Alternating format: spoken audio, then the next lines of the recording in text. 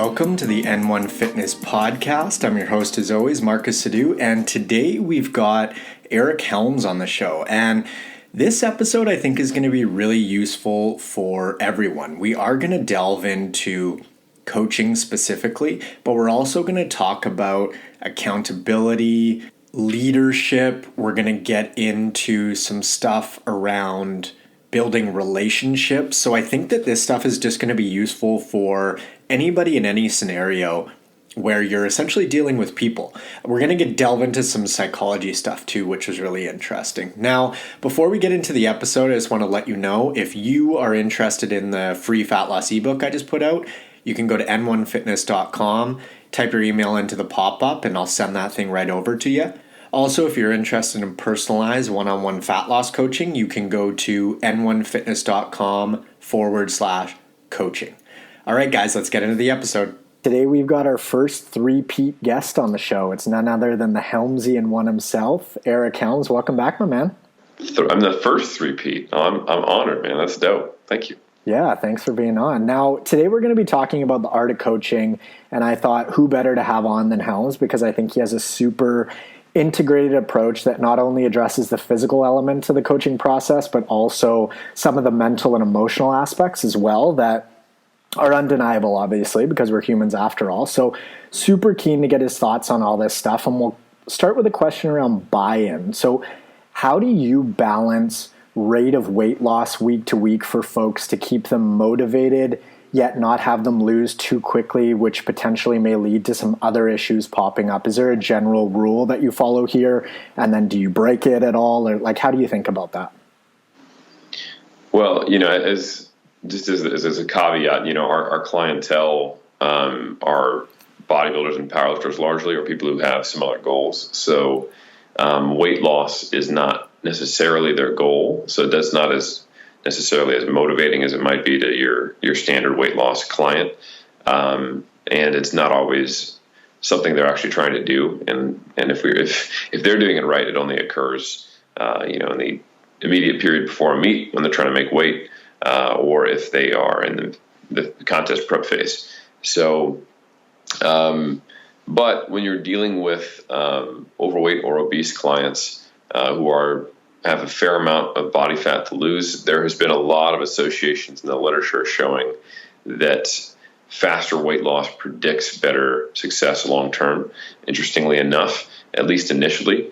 And I don't mean like the faster the better, but those associations are just kind of like face value. So you'd think maybe having some kind of indication that builds empowerment that things are going to work and are working initially and working well might help people get a little more buy-in, like you put it. And I think that's true, because while I really like the idea of kind of saying, hey, this slow and steady wins the race, or the kind of the one habit at a time approach that precision nutrition has, and let's slowly build up these habits in this lifestyle. I think that should happen.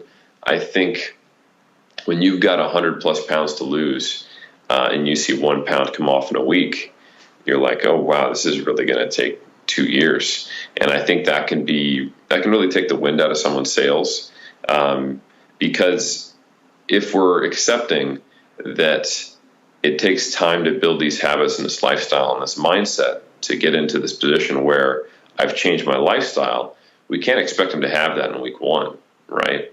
That's kind of the whole reason you might even advise slower weight loss, is to say, hey, look, we're not trying to get this done next week and then you just rebound. We're trying to get this done slowly, integrated into your life. But that means you understand it takes time to do that. So you understand they're not really ready for it initially. So it's just simply putting them into a little more of a kind of a kickstart approach. I would say something more akin to like losing 1.5 to 2% of their body weight per week versus kind of the standard recommendation of half that, is probably something I'd be pretty comfortable with someone, especially there's a lot of body fat to lose. So, physiologically it should be all right. And then you can basically scale that back to the more quote unquote appropriate or evidence-based range once you start to get the person experiencing diet fatigue. And then they get this cool experience of, oh shit, I can eat a more normal, more kind of human, sustainable diet, and I'm still even losing weight. Imagine what maintenance is going to be like. So it's I think it can be done in stages, and it does make sense to kick it off. They're super motivated to start. They're willing to do something they shouldn't even do to start. If they didn't go into a PT's office who knew what they were doing, they'd probably be buying some kind of diet book or following some kind of fad diet that would be dropping a lot of pounds off them in an unhealthy way quickly, and then regaining it. So you can kind of help make sure that doesn't happen, but still take some of that motivational juice they have to start. Love that, man.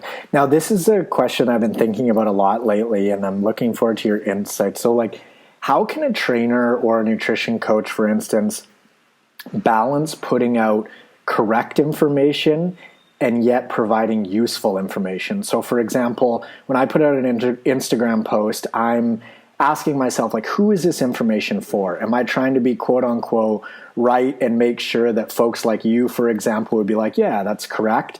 Or am I trying to help people and give them practical and useful take-home stuff that they can implement in their lives, but not necessarily have that information be exactly scientifically correct to the letter in all instances? That's a great question. And I know this is something that unfortunately, there are people in the kind of science-based nutrition and training crowd who are overly pedantic to the point where it's not helpful. And I don't really see the value in that. I think what you should strive for as someone who is a content producer is, like you said, ask yourself, who am I writing this for? Who am I making this for? Who am I saying this for? And the question should typically be answered by my audience, right, or the people I'm trying to affect in a positive way. And I think it's easy to get trapped in the kind of the trap, if you will, because I'm so eloquent today, of writing to your peers, And I was just at a conference in Australia, speaking for Sports Nutrition Australia, and I mentioned how trainers spend most of their time talking to other trainers. And they can get eventually stuck in this loop where they have assumptions based on what their clients know that are often not true. You get a bunch of personal trainers arguing about if you fit your macros when they've got clients who potentially might not even know what the difference between a protein-based or food or carbohydrate-based food is, just as an example, but there's tons, So I think you should aim to be not incorrect. I think that's the standard, right? So if you're going to put out an infographic or a short video or something like that, you don't want to give someone something that's technically wrong, but you don't need to cover every nuance and have 1,000 disclaimers. I think you need to have an appropriate level of nuance so that it doesn't lead someone in a bad direction. So the questions to ask yourself are, like you said, A, who am I making this for? B, is it factually incorrect? No, great. And then C, how could this be used in a way that might actually be counterproductive, what I'm trying to accomplish? So I do think you need to play out a few moves, if you will, kind of play chess in your head. So for example, if your clients, you have clients who specifically aren't often hungry in the morning, and they need to cut calories somewhere, and you suggest maybe, hey, just try to eat an early lunch when you're hungry and then eat the same way the rest of the day. This has really worked for a few of my clients who are trying to lose weight, trying to find a place to cut from that doesn't feel like they're actually cutting something, so it kind of happens subconsciously, maintains their habits, and results in weight loss. Just make sure that you put the caveat in, by the way, if you are hungry in the morning, this could be counterproductive because now you're trying to have this willpower battle all day. So that's an example of to think of, all right, well, what would the devil's advocate say here? When could this be wrong, or when could this be not helpful, even if it is right? And I think that's kind of the bare minimum. And then just keep it very practical. This is something that, like in the late 90s, early 2000s, the way you showed you puffed your chest out and said, I know what I'm doing in the fitness industry was by speaking in sciencey language. We kind of had some leaders at that time who I weren't actually science-based, but spoke in science language. It was hand-waving. You hear a whole bunch of physiology, and then therefore XYZ, buy my book, buy my course, do my thing. And a lot of kind of masked pseudoscience was sold this way. And it wasn't always malicious. I think when you're raised in that culture as a trainer, you kind of have this, everyone's wearing at the emperor's new clothes kind of, and like, oh my God, these people are so smart. I can't do that. I need to kind of fake it till I make it. And it becomes this thing where you show off to your client or you show off to your audience by saying a bunch of physiology. And then in the end, it's a very simple message, but it becomes so convoluted that it's difficult to understand or implement. Or sometimes it's just wrong because physiology is really complicated and we're trying to still figure it out with PhDs. And, you know, you're a personal trainer, and like, that's not anything to look down on. But man, if people actively studying physiology in a lab haven't figured things out, then we shouldn't be making too many leaps when we're just dealing with kind of individual pathways that may have negative feedback loops, et cetera, et cetera. So yeah, the take home is make sure you're not wrong, speak to the right audience, and then be the devil's advocate before someone else does, and then keep it simple and practical. Yeah, amazing advice. Now, our ultimate goal is for folks to come to us, implement a bunch of great habits, and then have them go off on their own. So it's sort of like a teach a person how to fish scenario. But then on the other hand, we don't seem to have that same expectation around personal training as much. So for example, you see folks that have trainers for 5, 10, 20 plus years, and it keeps them accountable to show up at the gym. And my thought process here is that maybe some folks need personal training like accountability with their nutritional habits. So it might be more of like a semi-permanent or even permanent thing for some folks. And this ties in with whether maybe people are internally or externally motivated. But what are your thoughts on that? Yeah, that's a funny one, because I really had the idea in my head at a certain point that I felt like I wasn't doing my job right if I couldn't work myself out of a job with a client. And I think one, that's probably the first mental hurdle, because that's not something we really get taught, especially in big box gyms or gyms or personal training studios, where if the right person's in charge, the mentality can be, hey, we have to re-sign people or the doors don't stay open. So no matter what, re-sign those clients. And I've had many an argument with we're talking over a decade ago now, prior bosses back when I was a personal trainer, about, hey, and this is before social media marketing, really. It was pretty the infancy of it. I would say, hey, look, we're a gym in a city, and there's another gym a few blocks away. Like, we've got a finite kind of diameter of distance where we have a locus of control. And people don't call customer service to say, hey, thanks, this was great. They don't go talk to their friends to say, hey, this was great. If the lowest bar for what's going to result in someone talking about you is you screwing up. So if we're re-signing people based on being in a position of power as their trainer and, making them feel like they're not in the kind of shape they should be in yet, or they haven't yet reached their goals, or there's more work to be done, when it's not actually true, that's just going to build resentment. And one day they're finally going to say no, despite being in that awkward position, and hate you for the fact that you made them say no to someone they respected and cared about, who helped them. And you've been stringing them along just because you're afraid of your paycheck. And they're going to go and tell everybody that you're just a bunch of car salesmen trying to take money. And that gym will eventually fail and will have kind of poisoned the well. On the other hand, if you are teaching your clients all the habits in the world and helping them find a way forward so that, fitness and nutrition becomes a part of their life and something they enjoy, then they're going to go sing your praises forever, and you'll have referrals. So I think that's the initial shift you have to make. And then that will actually change the way you train people. So for example, you may decide, hey, your goal is weight loss, so we should be doing hypertrophy training and a moderate deficit with a little bit of cardio and developing habits around that. And that will get you to your goal the fastest. But the reality is what if the person doesn't like to lift weights, right? And never will. Maybe if they could get exposed to like an adult intramural softball league, they would stay active until they had to get a knee replacement or something.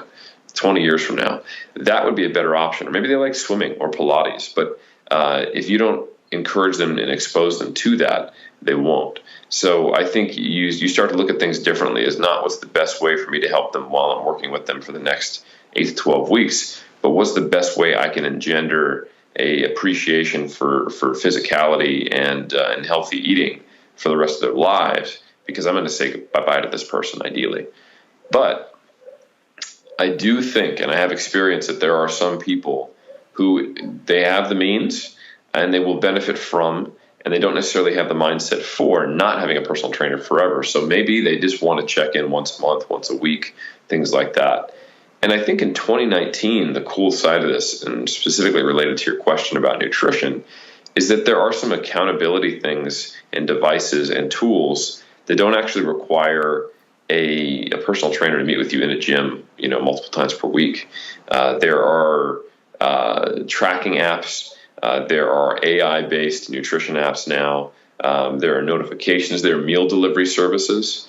There's a place here in New Zealand called Muscle Chow where you say what kind of carbohydrate source, what kind of protein source, what kind of vegetable source, how many grams, and you can go pick it up. And I think some of these end up being a little, cheaper than a trainer, but essentially they allow you to stay on track. They give you accountability.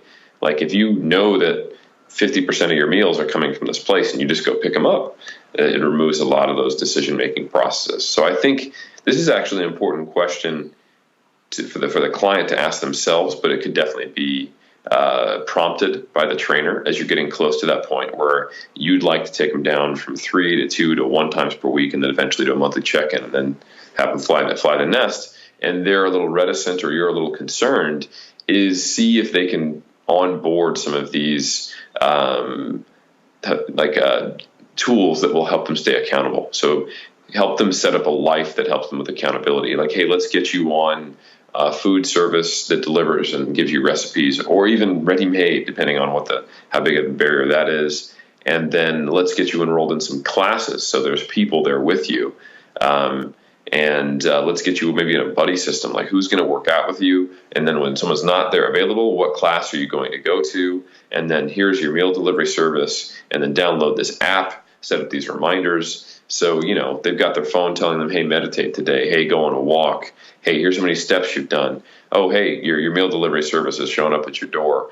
Hey, your workout partner called you. Hey, Wednesdays when we do yoga, Thursdays our CrossFit class, and Friday we got our body pump, whatever. I think if you can get all of those things in place, then you might be able to replicate that same reason that people sometimes stick with trainers long term. But that doesn't mean that a trainer couldn't do that. I think if everyone is there, if you guys are on the same page, that's all good. I do find as a personal trainer, that's not nearly as fun because you're done kind of teaching the person and you're becoming basically a one-on-one group fitness instructor. You're just giving them a fun workout that'll keep them interested. See you next week on Thursday. And I find that is not very rewarding work personally, but that's kind of a different issue. Right. Yeah, that totally makes sense. And I think that that's a really important take home around just sort of before finishing up with a client, putting these things in place and just reducing the friction. So making it as easy as possible to stay on top of nutrition or training or whatever it may be. Absolutely.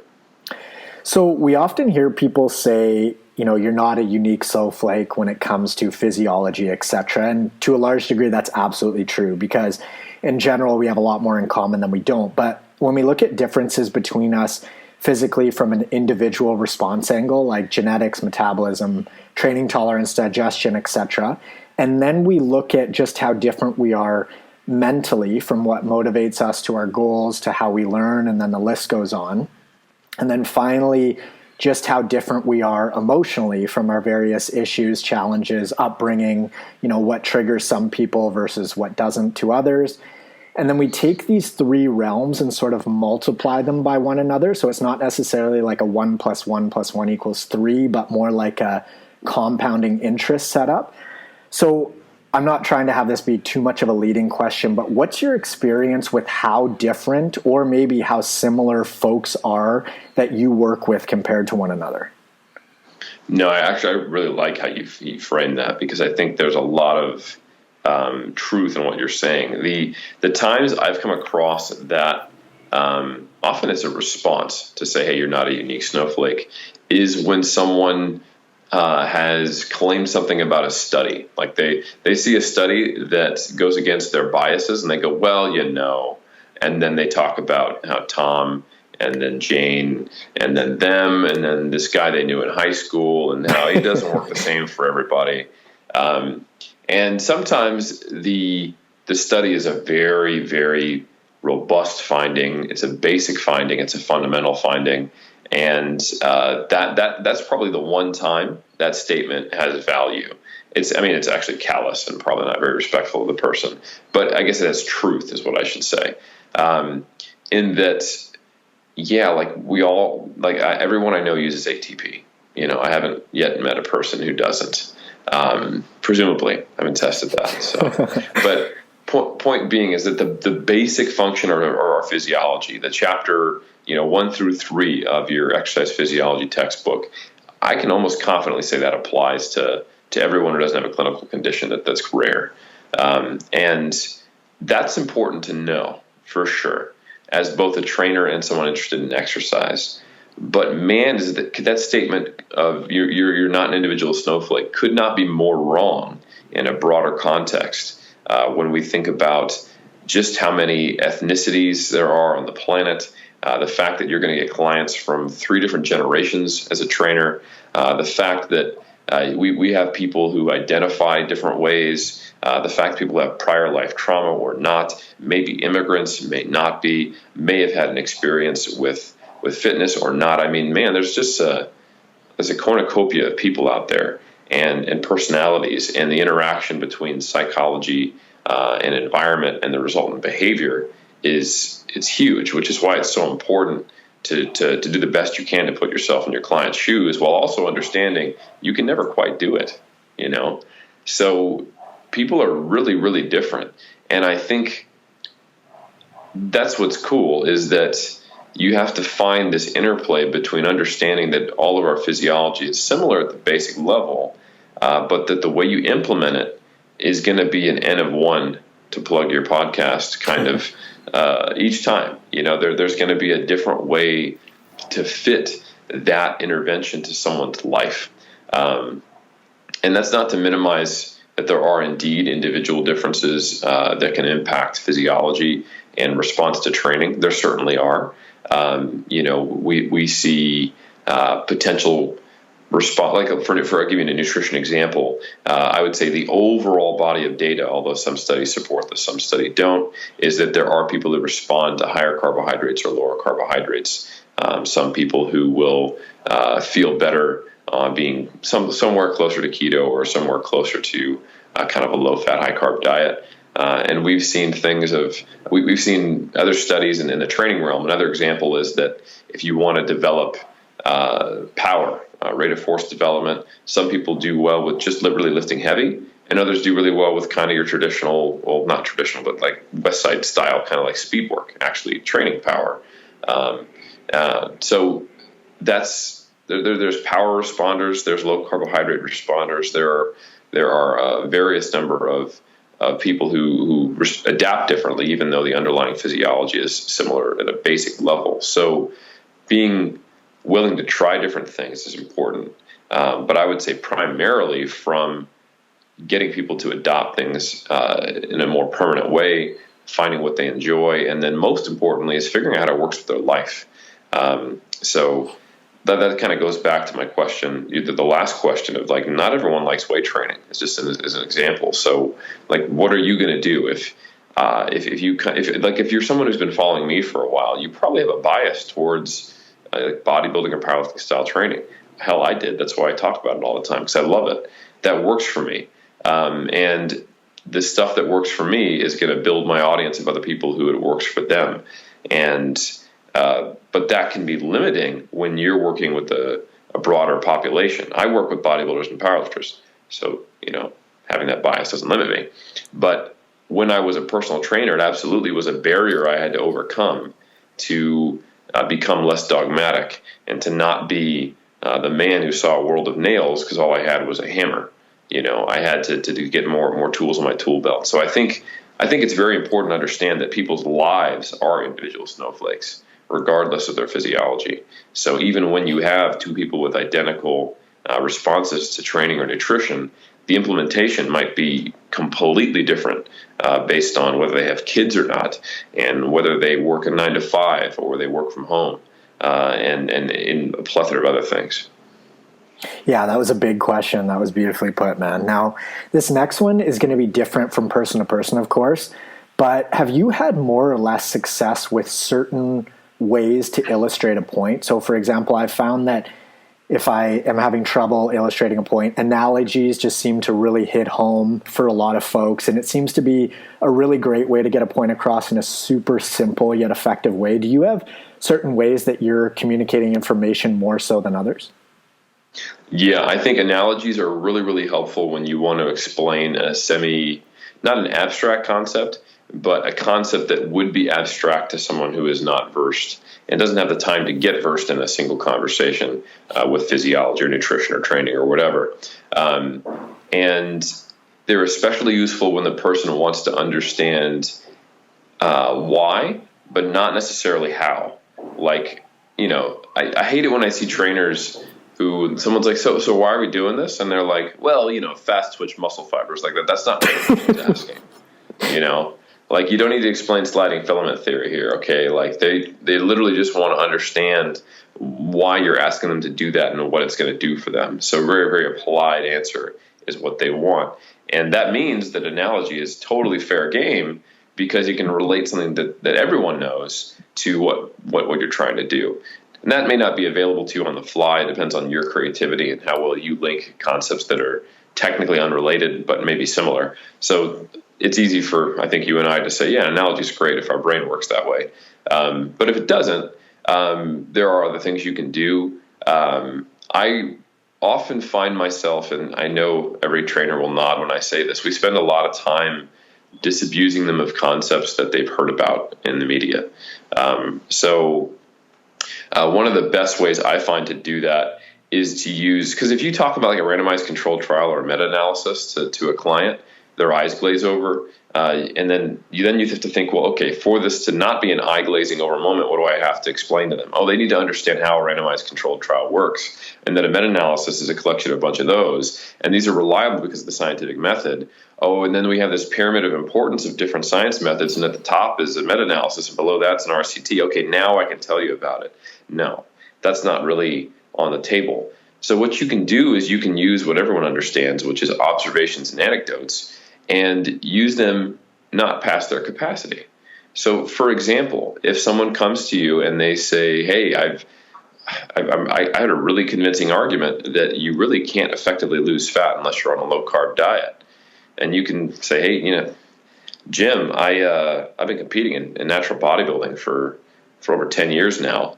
And I can tell you this, that I run across natural bodybuilders all the time where their diet is predominantly protein and carbs, and they go low fat, and they get on stage looking like this.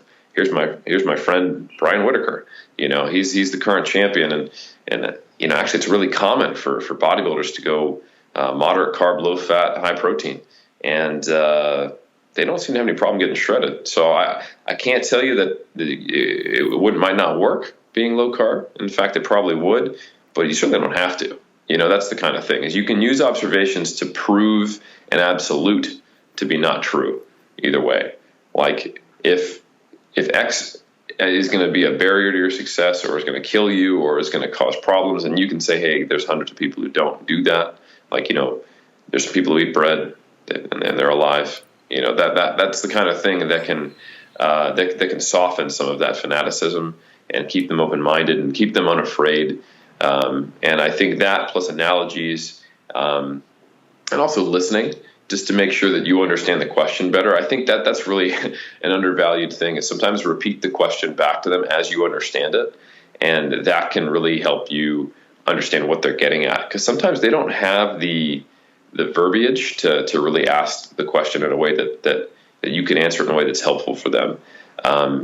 And trainers, sometimes we don't respect the language clients use because it's not technically correct. And yeah, language matters. And sometimes people say things in a way that might keep them in the dark or be counterproductive. But if someone says they want to, like, here's an example. Someone says they want to tone up. You don't need to beat them over the head and say toning's not a thing. Either, muscles get bigger or smaller, and then you lose fat and you can see it better, and that's it. Like, okay, great.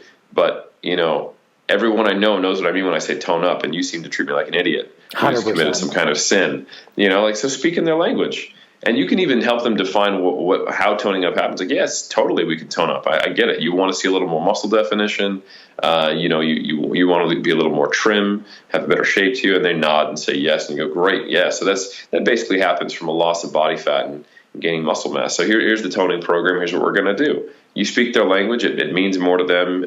They feel heard, and it's not like you're some pedantic jerk in the process for no reason. So I think communicate, kind of like good communication, underlies all of this, because it's very difficult to know what someone's asking if you're not taking the time to listen. Love it. Now, this is sort of a motivational interviewing related, but how do you go about essentially telling people what to do versus asking questions in a specific way and having them come to their own answer? So it's like, hey, you may like this shirt, you may like the way it fits and feels, are you interested in trying it on, sort of thing, versus like, hey, put this shirt on, I know you're going to like it, it's the right thing to do. Like, how do you balance that? It's funny you brought up me saying it versus the client putting it in their own words. And we recently had on the 3DMJ podcast Amanda Rizzo, who's our mental health consultant for the team. She's a therapist. She's actually certified, and that's her scope of practice. And I said something like, it does make sense that it's like, it's good for a client to say something about themselves they believe to be true versus me telling them.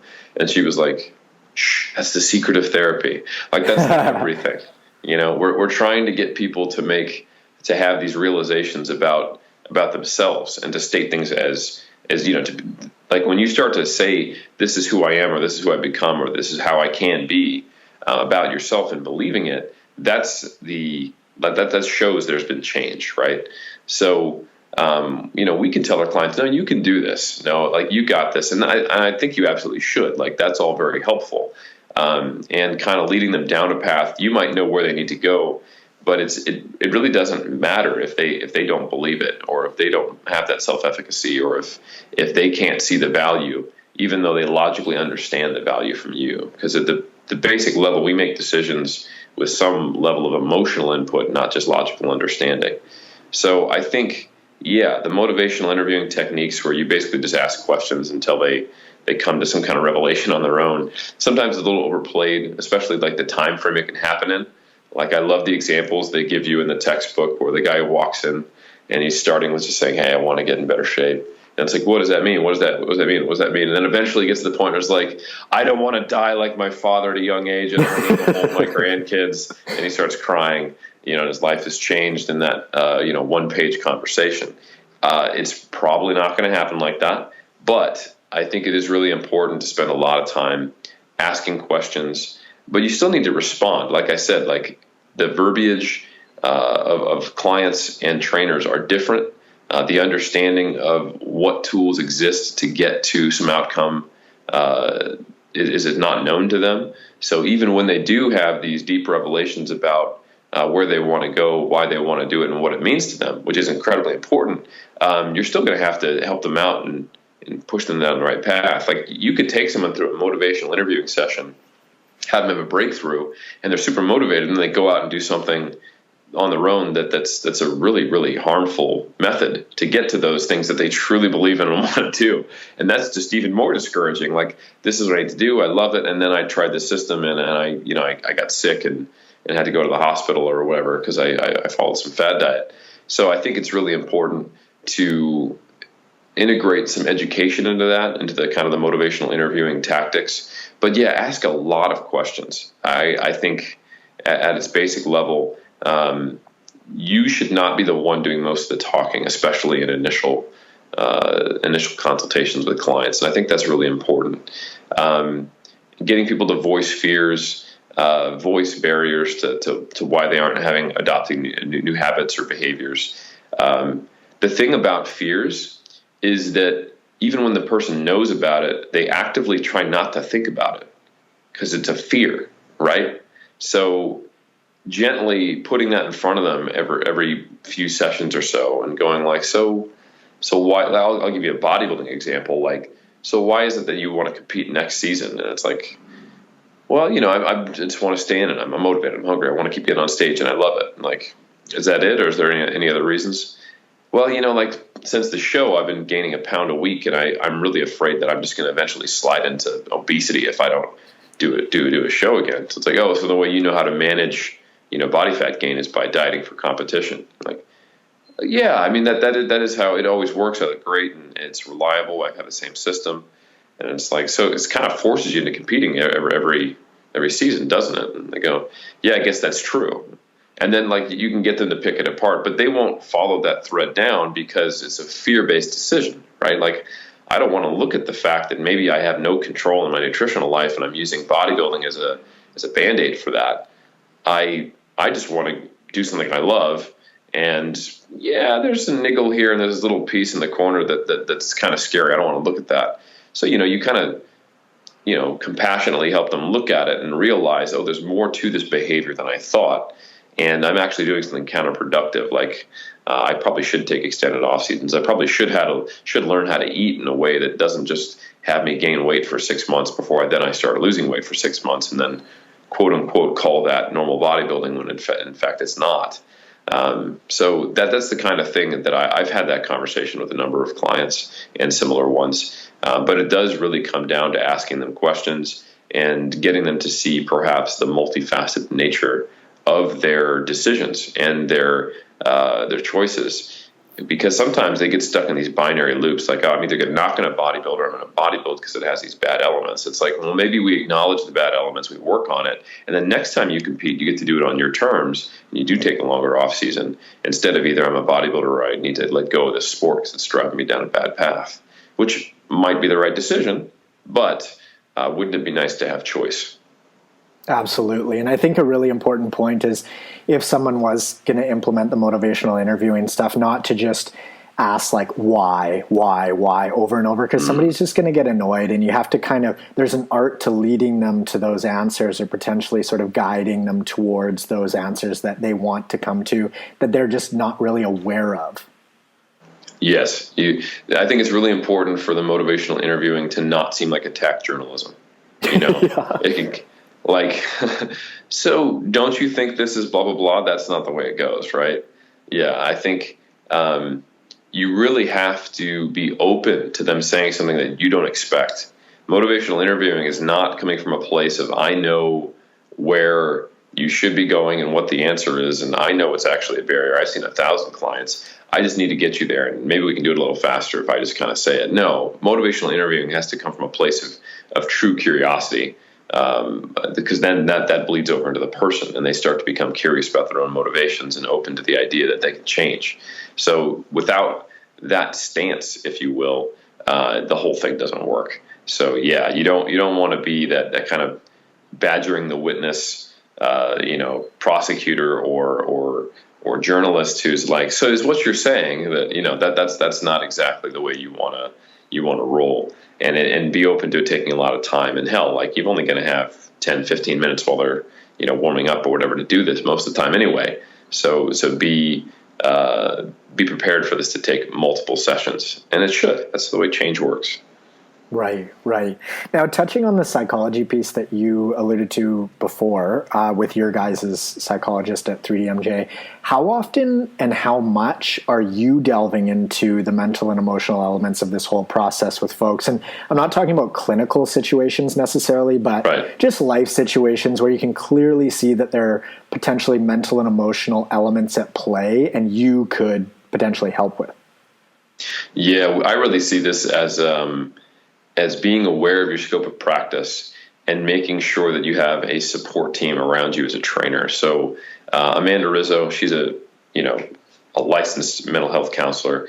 And we also have Steve Taylor, who's a registered dietitian, and we're in the process of working with a physical therapist. That one's a little more complicated because what you can do online compared to what you can do in a clinic with musculoskeletal rehab is different. So we're kind of trying to figure out what we can do, what we can't do, what kind of legal ramifications. But that's neither here nor there. But nonetheless, we're aware that our job extends into all three of these realms, mental health, clinical nutrition issues, and potential injuries. So since we don't have the training nor the legal scope of practice, and it would be ethically wrong for us to delve outside of our scope, we need to make sure that we have people who have broader scopes in those areas. So I think that's an important thing to recognize as a trainer in general. And like you just said, not in necessarily like a clinical capacity are we dealing with the psychology of our clients, but in the fact that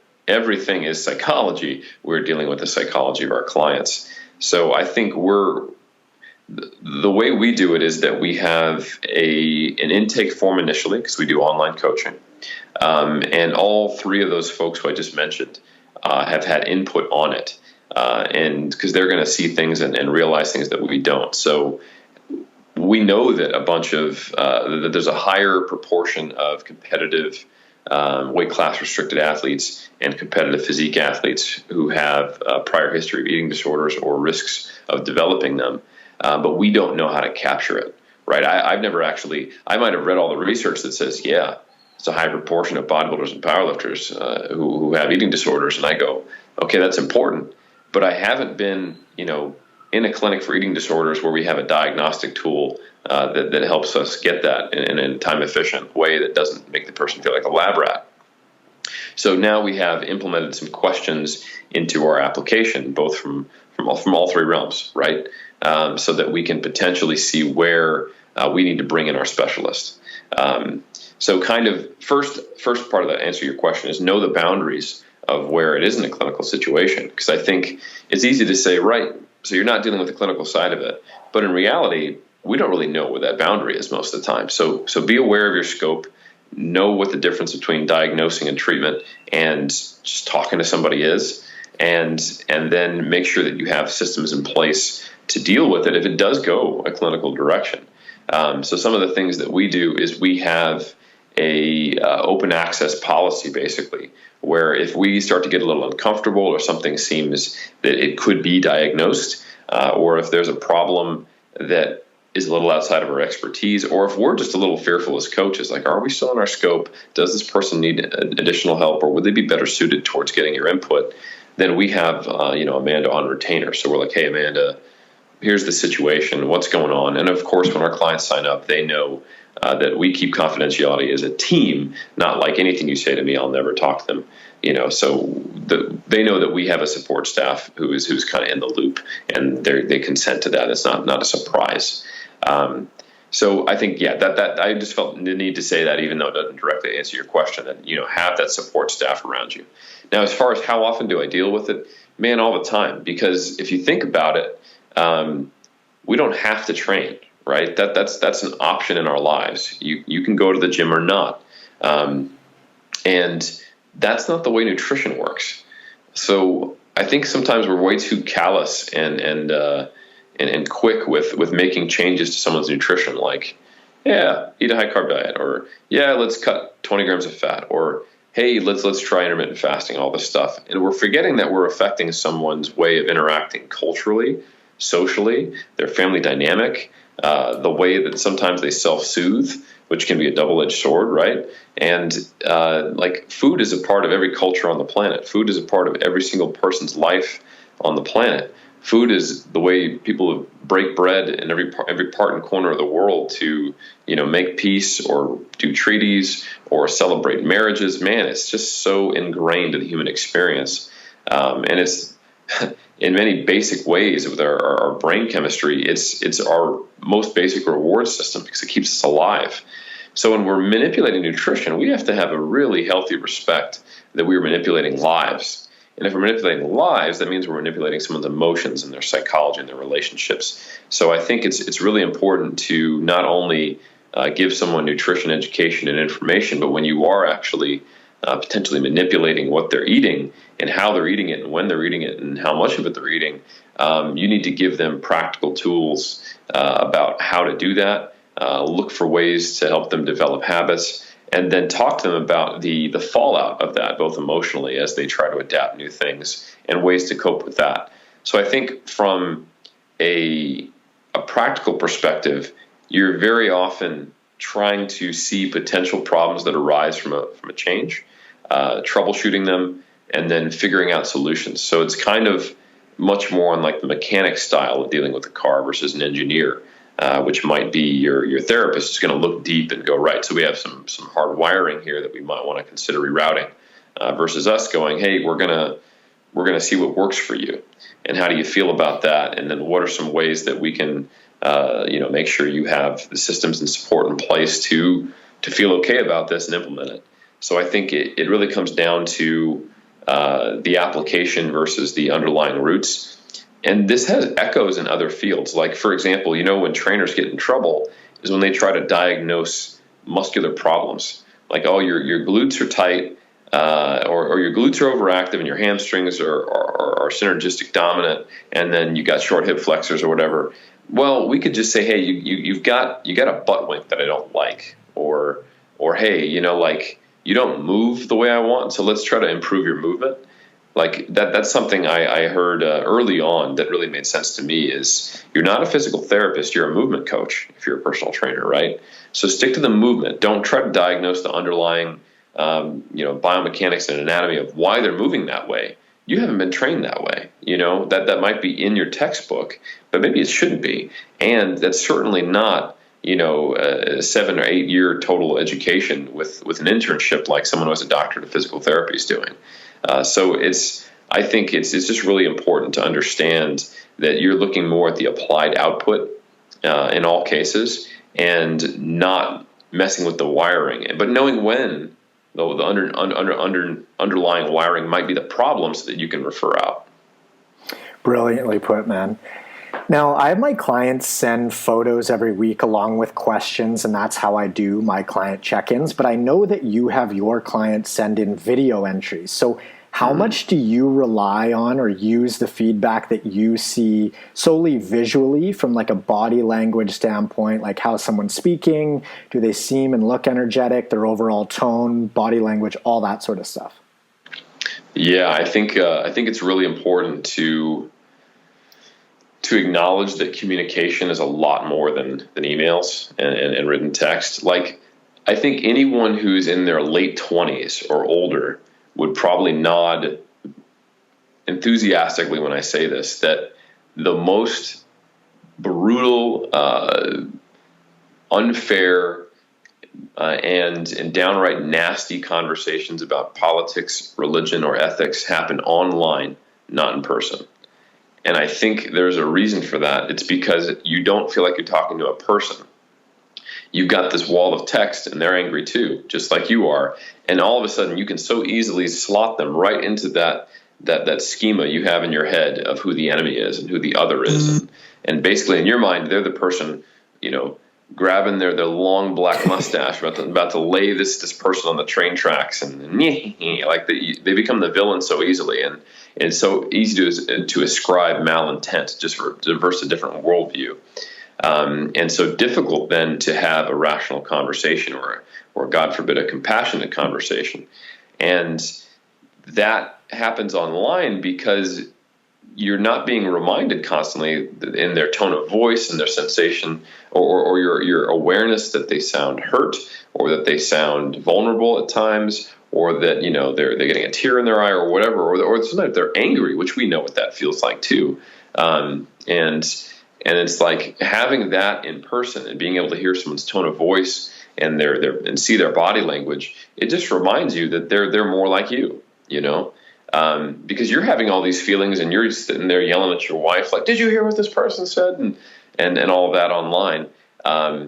So you get to have your emotions, you get to be aware of how you're feeling, but then you just see this text, So I think if that's what happens in conflict, the same thing happens in collaboration.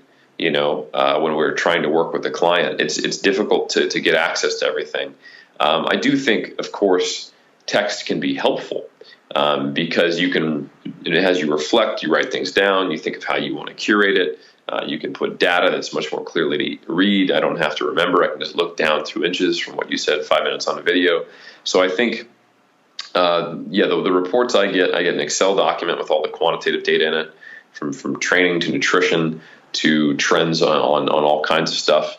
And then I also get the video ideally, and if they don't necessarily have the internet capacity or they're traveling, I prefer a voice message, just the voice memo thing, which is a much smaller file, shorter upload times, all that stuff. And that gets more than text, but not quite as much as video. And then, of course, in a pinch, a text message is fine. And then we also do things like when we start up a new client, the initial contact point's a Skype call. So it's not only video, but it's real time. And then we have that as an option throughout. So sometimes I like to Skype with my clients when we're a little closer to competition. If any conflict comes up, like if there's like, oh shit, one of us feel like we've wronged the other, hey, let's schedule a Skype call. I think that's a really important, more efficient and more human way of caring for the person and making sure that you guys can resolve that. But yeah, I think all of them have their place. They're probably best when integrated and thought about at different time points. And the things I'm looking for on a video call, often I can't even articulate it because that's just the way our brains work. Like we pick up on micro expressions, body language. Like you talk to someone after a party, like, I got a sense that Tom was mad at me. And Susie goes, yeah, I picked up on that too. But you don't go like, yeah, I noticed he inclined his head 1 centimeter and squinted a lot, right, or whatever the hell it would be. I'm not an FBI profiler. I mean, some things are more obvious, like, yeah, he made that snarky comment, or yeah, he left the table, or whatever. But I think there's a lot of stuff there that you can't quite articulate. And it also helps when you see a video and it's a week apart, like just from a purely kind of diet fatigue bodybuilding perspective, it becomes starkly obvious when someone gets to a point where they're really beat up and what they're typing or saying might not even match the affect that they have. Like they look a little gaunt in the face. They're getting less tan, So you see this with especially like white clients. And if it's in the summer, you can tell they're just not going outside as much, which could tell you a little bit about where their head's at or just their energy levels. It could either be I want to hermit up and not be around other people, and I'm just staying online reading bodybuilding articles, which might reflect what they're telling you or the questions they're asking you. So they're becoming kind of this dungeon bodybuilder, or it's just like, man, like walking across the room is hard, so I'm not going to walk my dog. So that can prompt further questions, and it can let you know things that are going on that you just simply wouldn't get because they don't feel the need to tell you how often they're walking their dog. It's gone down from 3 times a week to 2 times a week. I feel a little bad, but why would I tell my trainer that? That kind of thing it's just it's a larger window into someone's life when you see a video or you get a voice recording, and it's not like immediately obvious and apparent when you think about it until you start doing it and you see like, oh, I can get a lot more insight here. So I think there's a lot to be had there, especially when there's potential stress and fatigue coming at the person that is outside of the weight room and outside of not exactly directly related to how much food you're eating or what food you're eating, but just the fact that you've been on restricted calories for a while and you're getting leaner. So I think it's really important as a bodybuilding coach specifically. But yeah, I think it can improve communication as an online coach when we're really getting just a snapshot each week. I really like that, man. And that's something that I'm thinking about implementing as well for myself. I think, there seems to be a ton of value in it. That's really cool. So one of the most common mistakes I see among coaches is assuming that their own goals are their clients' goals. So assuming that they have the same essentially. And I made this mistake back in the day when I was super strict with my training and diet. And I thought, well, why wouldn't my clients want to quote unquote have the best results as well? So if you could either elaborate on that point or share some other sort of common mistakes that you see trainers making. Man, that's so common. And I think it's also common because trainers typically start their career quite young. The personal training career, sometimes it's a career shift for people. I've definitely ran into folks who are in their, mid to late 30s or even older who have just realized, I want my hobby to be my job. Why am I on this planet if I'm going to be thinking about fitness all the time and I want to help people, but I'm working as an accountant, and they switch. But a lot of the times, you're 18, so you just don't have like the life experience initially or the perspective to see how varied people are. And I think you see the world through your own lens of experience. So it's understandable. So I don't want to, berate everyone and I'm going to say like how obvious I think it is, and I don't want anyone to feel dumb, but like you are getting paid to talk about nutrition. You literally have a job where you get to talk about nutrition and training upwards of 40 to 60 hours a week. Like that's what you do. You decided to live in a gym. Like that's you probably train in the same place you work. Your friends are your fellow trainers. You spend Christmas sometimes at the gym. Like that's crazy, right? And then on the complete polar opposite side of that, this gym where you can go train for $20, $30 a month as many times as you want. You could, the person who trains once a week for 30 minutes and is on their phone most of the time pays just as much as the guy who's there every day, twice a day. Yet the person who you're seeing pays you an additional, sometimes three-digit number multiple times a week just to work out. That's how much they are not like you. You're getting paid to do this. They are paying you to do this. So assuming they have the same passion or interest in fitness or same goals is probably about as far from the truth as you can get. And making decisions around how to train them means that, man, initially a trainer is probably the worst person to understand where their clients are at. Like Tom at the barbecue, who was with Jim, who's now your client. Tom gets it. Tom goes, man, Jim, I don't know how you go to that personal trainer every day. And Jim goes, yeah, I don't want to, right? But hey, I paid the money and I'm going to try to make this change. And he goes, well, good on you, man. Maybe one day I'll do it. They understand each other. You don't understand either one of them. Like you're not at the barbecue because they don't have chicken, right? Like you're crazy. So I think the biggest change for me was understanding that I was the outlier. I was the one who was not normal. I felt like lifting weights to the point of near exhaustion was just as fun as playing video games, but people don't think that way. And once you can realize that you're quite unique, you're different, but because of that, you know a lot about nutrition and making these habits a part of your life. Maybe you can give them some tools, but understanding that, man, it's easy for you to implement the habits, it's hard for them, I think can go a long way for engendering compassion and better understanding with your clients. So this extends from, talking to your family. This extends to talking to everybody about what it is you do. And it's just a good people skill. But I think you're 100% right. That's one of the biggest mistakes that almost all trainers make. I did it, and I was a shitty trainer for years. And the other one was that comes to top of mind as a mistake trainers make a lot is the one I mentioned earlier, is having that pressure to have a client re-sign, and thinking about really what's my job. It's to help them adopt a new lifestyle where they don't need me. So I think it's easy to say that, and we do say that a lot in personal training circles, but you need to really be intentional with your structure of training a client so that is actually the outcome. Like go grocery shopping with them, right? Help them, have a dinner with them. Like go over to their house and show them how you cook. Like, oh, that's how much oil you're using. You could use a spray and then you can wipe it down, or you can pad this pizza, or like, man, all the little stuff you do without thinking about it. You can start helping them just by having some of your sessions be outside of the box, literally outside of the box in some cases. If you work at a CrossFit place, like go to their house, take them to the grocery store, go to the park and show them other types of training they can do, encourage them to sign up for sports or classes or other things around the gym, expose them to other fitness activities, and then have an actual game plan where you go from 3 times per week to 2 times per week to 1 times per week to a once a month check-in to an online check-in to goodbye, and make that your standard. Make that a template, like write that down. And look at like a spreadsheet of what that would look like and how many re-signs they would need, and then have that be your guiding principles towards where you want to take each client. I think that's a whole different step than sitting down in the lunchroom and going, yeah, I want to really make lifestyle changes, but then it's just a different workout every Monday, Wednesday, Friday with the person. So make that real.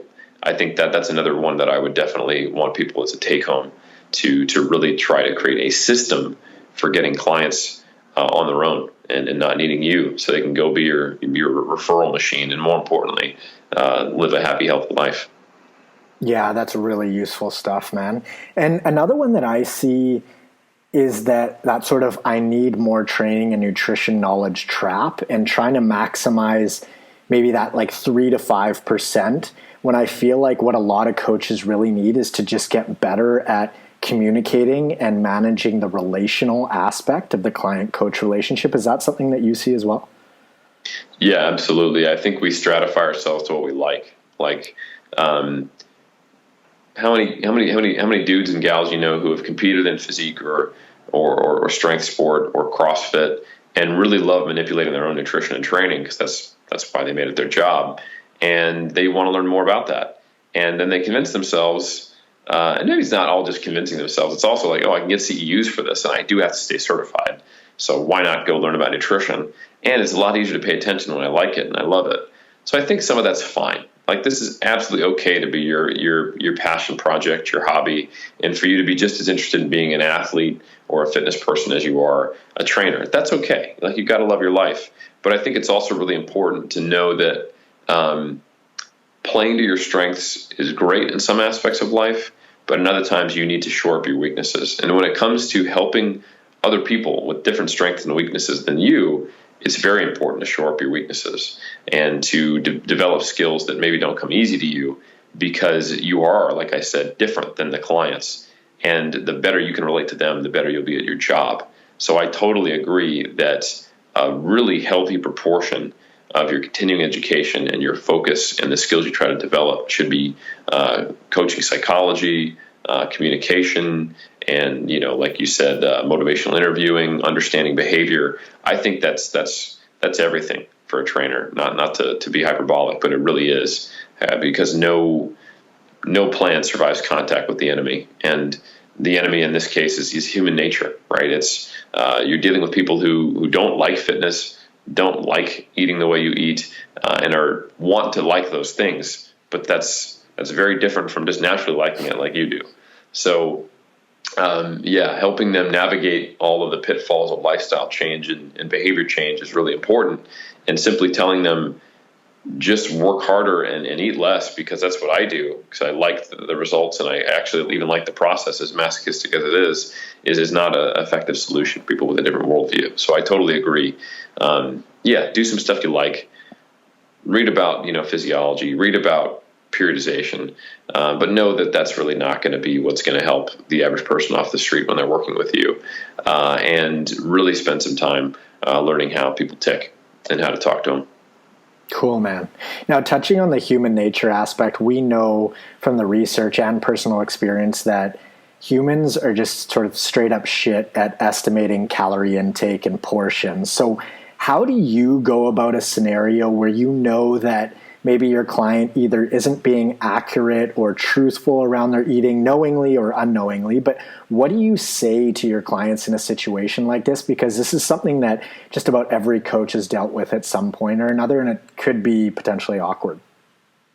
Oh, yeah, absolutely. I think one of the first things is that this becomes an increasingly problematic problem, if you will.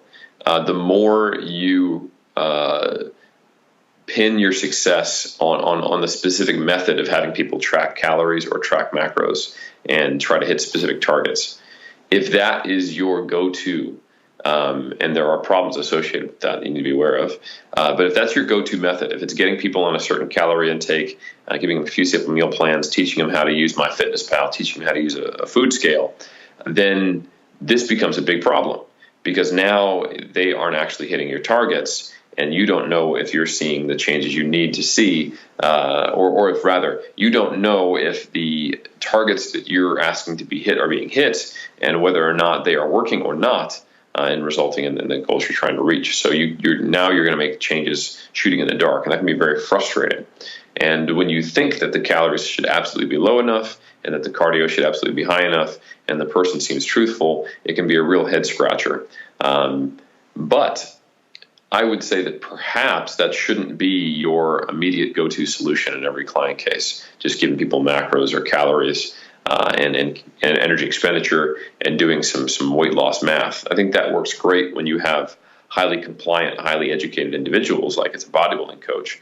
But I think when you're dealing with the general population, It should be very much habit-based for the most part, and getting them to adopt different food choices and food habits and eating behaviors that will result in less food being eaten, versus not spending much time on that, giving them numerical targets, and then those habits that you didn't try to change, sabotaging them from hitting those targets.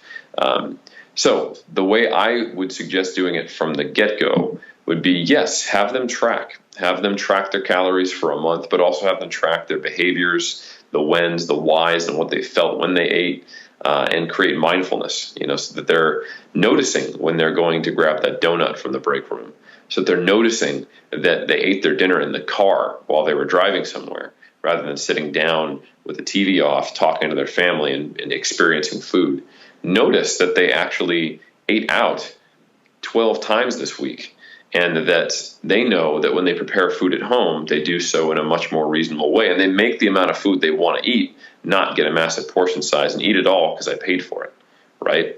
So when you can help them notice all these behaviors, and you can talk about them individually, and you can show them why they might be counterproductive, and you can help them find different alternatives, you can do a whole lot before you ever start having them track. But also, you've had them track for a month, so now they actually do know which foods are high in carbohydrates, which foods are high in fats, which foods are high in protein, which foods are high in calories, because you've asked them to track it all. You haven't asked them to change anything, but now all of a sudden they have both quantitative understanding about what they've done and what their habits are, and they have a qualitative understanding about why they do it and what it's like. And now they have your perception after they've done that for, let's say, a month on what might be the barriers to their success, and you can implement changes.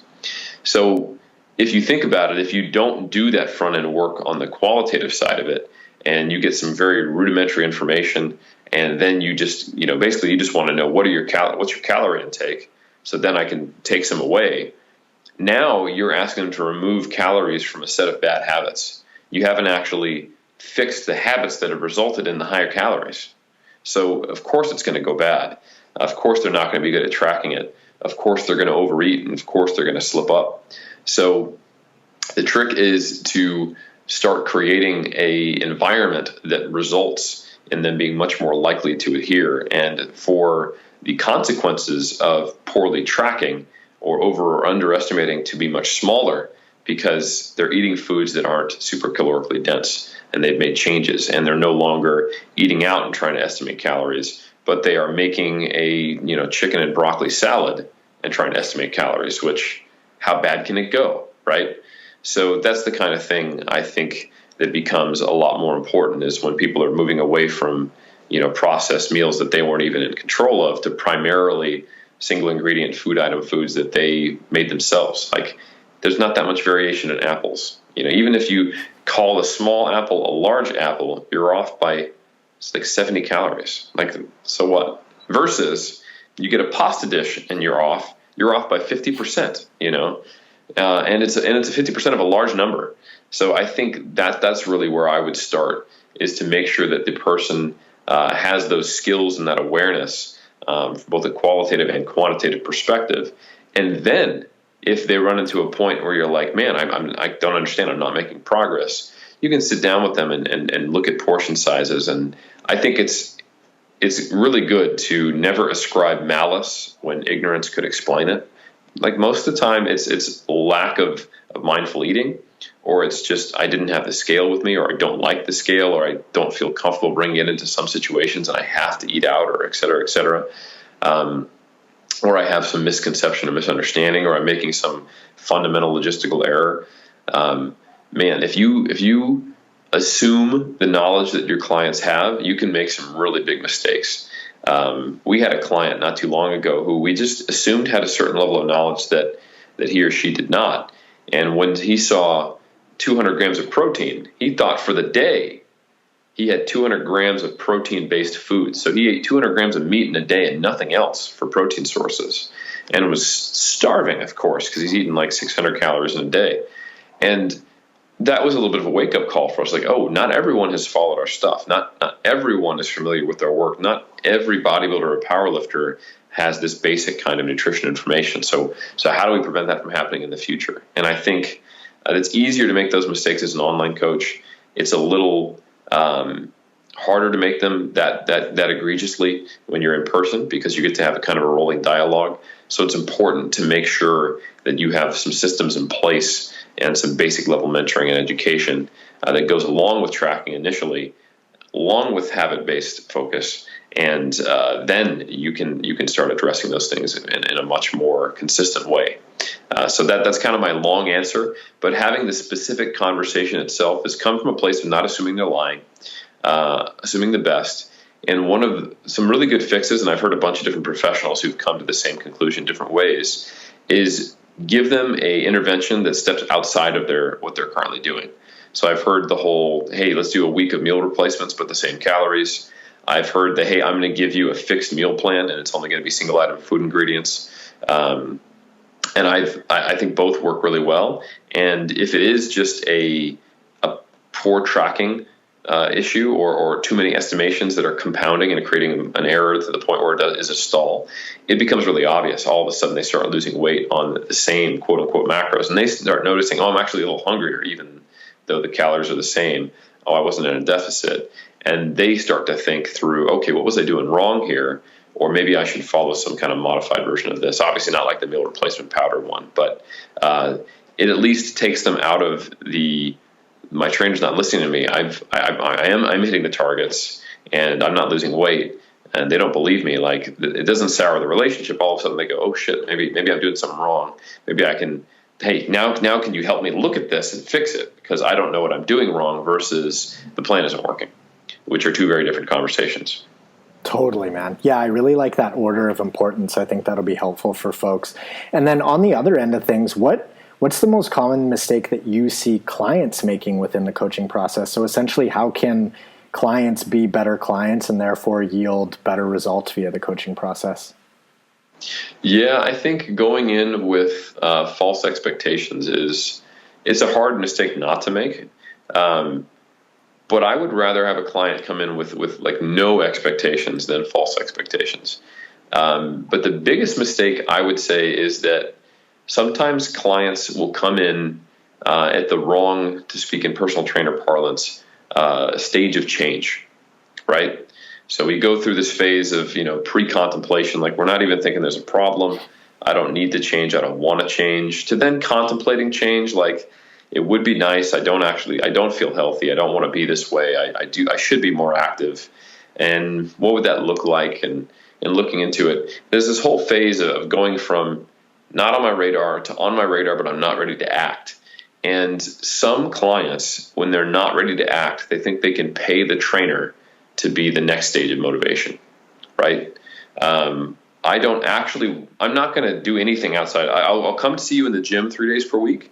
But if you ask me to do cardio outside of it, if you ask me to modify my nutrition, I am simply not ready for that. I am not in the frame of mind. I wasn't expecting that, and I'm not willing.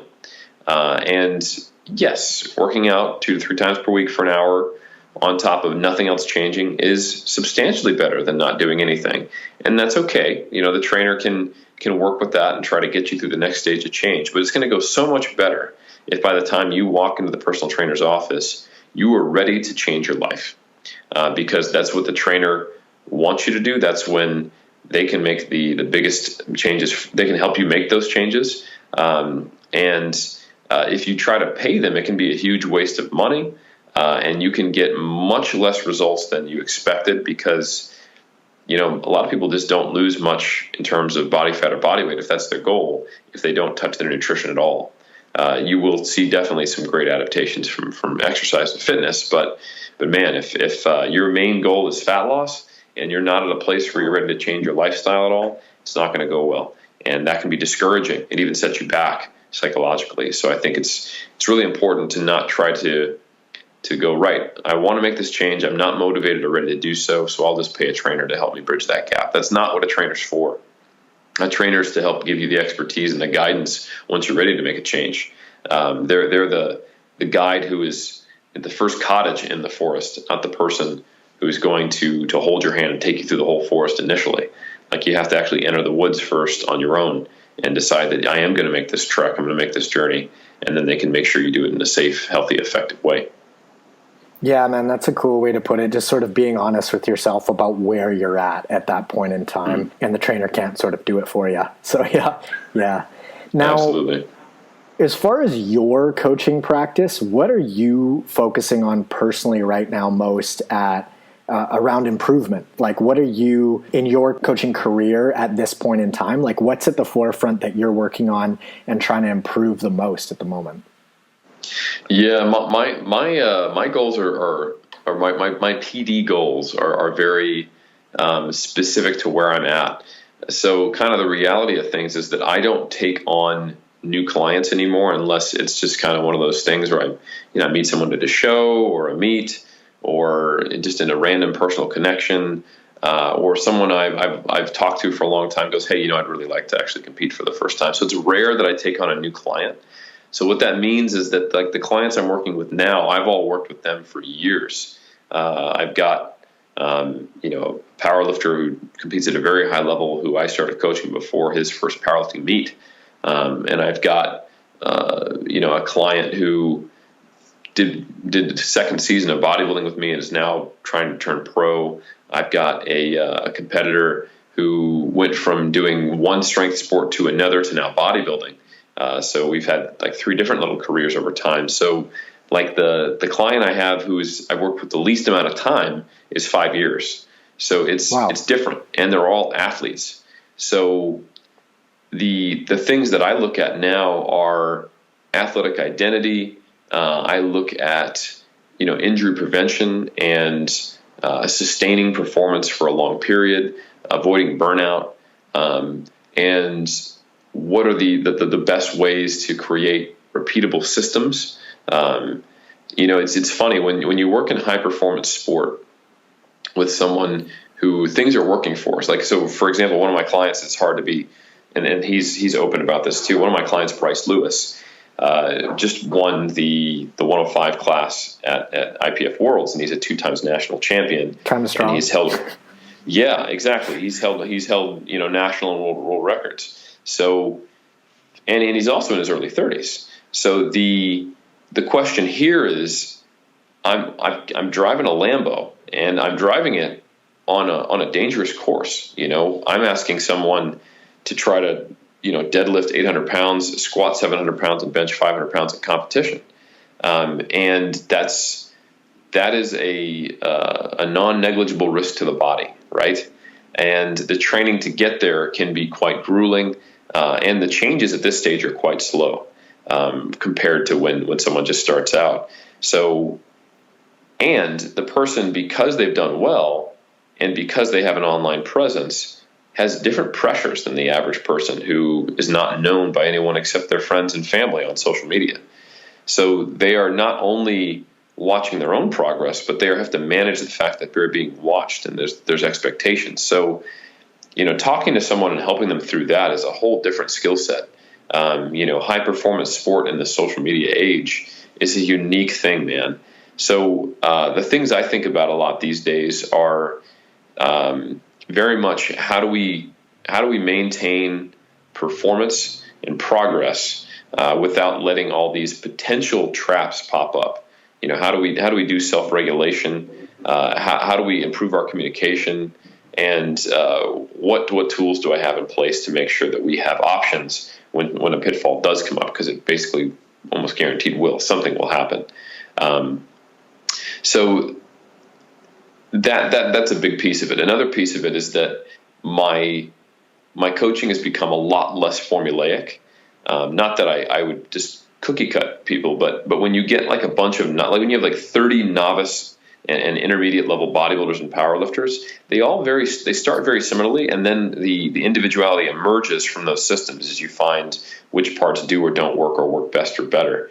But when you're working with people who are all advanced athletes who we've worked with for a while, they all have systems, but they're systems specific to them, which have very little transference to anyone else. So it's made me acutely aware of what it means to be an advanced athlete who has unique needs and unique solutions. So that's something where it makes you be a lot more creative.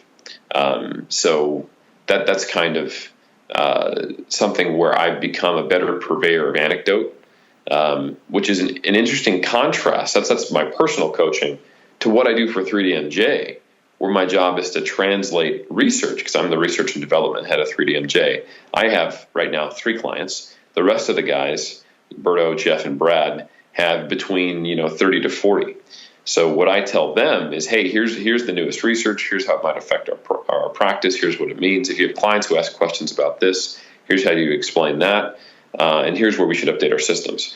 So I do a lot of that. I provide PD for my fellow coaches and the folks I serve in a way that's a little different than my own personal needs, which is more based around finding unique solutions to unique problems that comes up from being an advanced athlete. So that's kind of that interesting interplay where I get to play on both sides as a provider of coaching education and then as my own PD.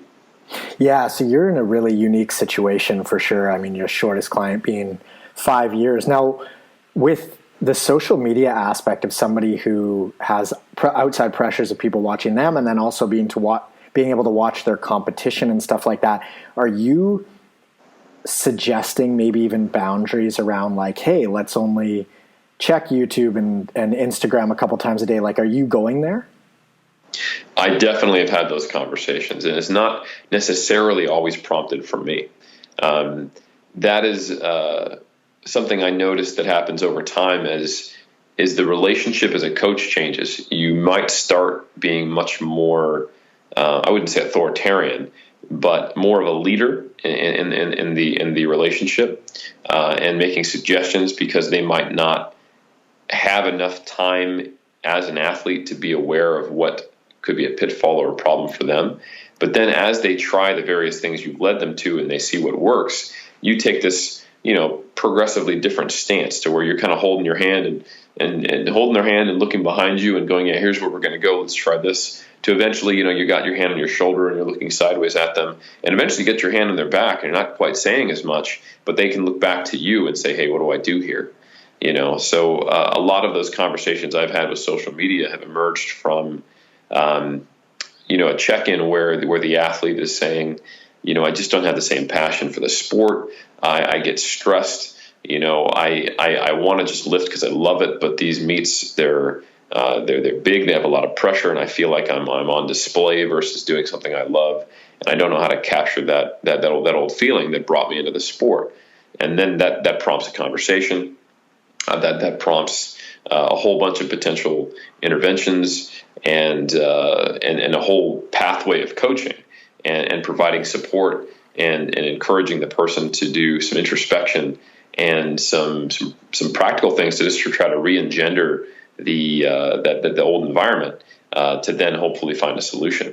But it does tend to come from a place where, and again, this fits with that model. Like if you've done a lot to engender trust, if the person knows they can come to you with anything and they have a regular check-in schedule and all that stuff, then they will say those things to you. But if you take that kind of backseat approach early on, where they don't have the trust to share with you, they don't know what's in your purview. Like a really common question for an athlete in the first 6 months is, well, am I supposed to tell you about that? Like, I didn't know I needed to tell you about that. And they go, yeah, well, I totally understandable. But yeah, actually, I'm going to ask you about your libido because dieting can affect it this way, or as long as you're comfortable with it, I would actually like to know how your menstrual cycle affects you. I know that might seem for the first time like that's outside of training and nutrition, or how your personal relationships are. Like, yeah, stress is stress. Whether you're going through a divorce or whether we're pushing you too hard in the gym, that can have a similar effect on your adaptations. So I need to know, and you can tell me what you're comfortable with, but the more you're willing to share, and of course you got my confidentiality, the more effective I can be. So I think taking a more questioning, probing, leading kind of position initially and getting the information you need from your client is very important initially, but it does morph eventually into being supportive when things come your way as a coach, once you're working with an athlete you've been with for a long time, and knowing and having faith in the fact that you've built a very strong bond and relationship with them where you are their go-to for a lot of this stuff. And if you're not, then that's what you work on because you should be.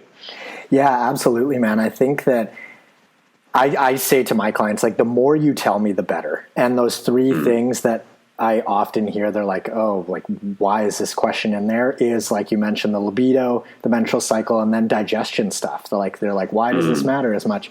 And touching back on the process of coaching, so starting, you're leading, then you're sort of beside the person, and then you're behind them. They're leading, but you're providing input and stuff like that. I would imagine that in that third scenario, they're sort of leading the way and you're guiding them, but you're relying a lot more on their input at that point because they're so much more experienced by then that they know their body very, very well at that point. Is that safe to say? Yeah, it becomes increasingly collaborative, and they are an increasingly more educated student of the sport and student of themselves in the sport. Another parallel I could use is myself as an athlete and my relationship with Alberto, who has basically been my coach through each of my seasons, at least my primary coach. I've, of course, been very fortunate to get input from Brad and Jeff as well. So, for example, way back in 2009, the first time Alberto kind of handled me through a prep, there was a point where I just gave him the keys and I said, look, I don't want to think about this. And I don't trust myself and I'm crazy. And it was pretty apparent that I was crazy. And in 2011, that point came later and I was much more comfortable giving some input. And now in 2019, as I'm dieting for this season, it's a lot more informal, and I'm very aware of it. What mindset could I get into where it would be more productive to have him take a more leadership-based role?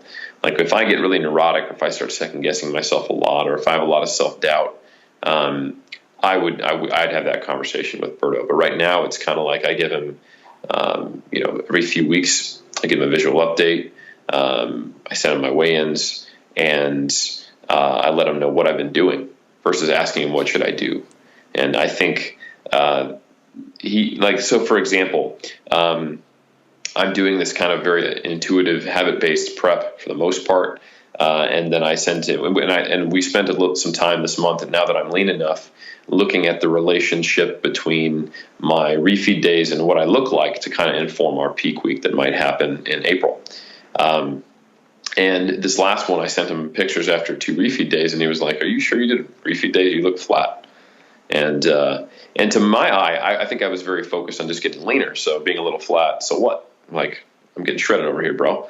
And he was like, "Look, I think you being able to, you're going to have better weeks of training if we can keep you a little fuller. You're still going to lose fat, guard against muscle loss, and I actually know how much I can push into you by the time I want to get you on stage. So let's have a third refeed day."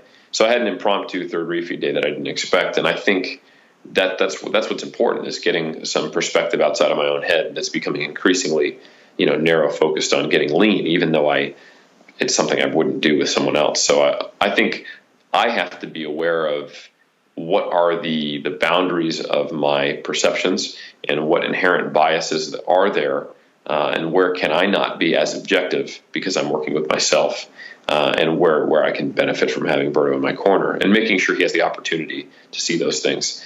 So but it's coming from me, and then when his input comes up, I'm like, oh, great, that's perfect. And it's critical, but it's a little different back from 2009 or 11, where I would check in every week and I'd be expecting him to tell me what to do with my food, So I think that's kind of the way that shift over time should occur. Okay, gotcha, man. And then is there anything that we didn't get to today that you feel like is worth mentioning around the topic of coaching, or is there anything that you just want to leave the listeners with before we start to wrap up here? Man, I don't know that we missed anything, but if I was to leave everyone with a take-home messages, is care. If that's the one way to tell if you probably shouldn't be a personal trainer, or maybe if you're just working too many hours and you need to avoid burnout, is, do you care about each one of your clients? Do you actually want the best for them? Because it's almost impossible to coach someone and ask them why and try to get them to consider their motivations. If you don't care, like if this is like, I don't want to be dealing with these people. These people make me unhappy, or this isn't what I want to do, or I'm too introverted and this is burning me out. It doesn't make you a bad person, but it does mean you probably shouldn't be in this career, or you should be coaching less hours. So just be aware. Burnout's real, and just being in a career that you don't actually like is real. Maybe you thought you would be working with a bunch of people just like you, and even when you do become more compassionate about them, it's not what you want to do. And that's part of the reason why I shifted towards becoming a bodybuilding coach and bodybuilding and powerlifting coach is, hey, I love helping people make these changes, but I'm really, really interested in kind of working with my quote unquote tribe. So there's nothing wrong with that. And if that's the case, then definitely make a change, because you won't be the best person to help those folks. Totally agree, man. Yeah, passion is pretty damn important. Now, can you remind folks where they can find you, the social handles, the mass review, and the 47 other projects you have on the go right now? Absolutely. Fortunately, we've got a one-stop shop for all 47 or 48 of my projects. Perfect. And that is 3dmusclejourney.com. That's the number 3, the letter D, musclejourney.com. And you can find links to the second editions of my books, which came out just last month, The Muscle and Strength Pyramids, How to Set Up Your Training and Nutrition. You can find links to monthly applications in strength, sport, or mass, which you alluded to, which is our monthly research review, myself, Greg Knuckles, and Mike Zerdos. Of course, 3dmusclejourney.com itself is all about myself with my 4 colleagues and the information and coaching we provide to drug-free lifters. And if you want to find me on Instagram, I'm at Helms 3DMJ, and you can find more daily content. Awesome, man. I'll link to all that stuff in the show notes. And dude, thank you so much for taking the time. This is going to be what I think is going to be super useful for folks. So thank you. I can't wait to share this one. We touched on a lot of really important stuff that doesn't get enough airtime. I hope you guys enjoyed that episode as much as I did. I just wanted to remind you before we head out here, if you want that free fat loss ebook that I just put out a couple weeks ago, head over to n1fitness.com. If you'd like personalized one-on-one fat loss coaching with me, you can go to n1fitness.com/coaching. And then if you just want to follow along with some of the information that I'm putting out, I put out tons of daily free information on Instagram at n1fitness. And feel free to friend me up at Marcus Sadu on Facebook as well. Thanks again for listening, guys, and I will catch you on the next episode. See ya.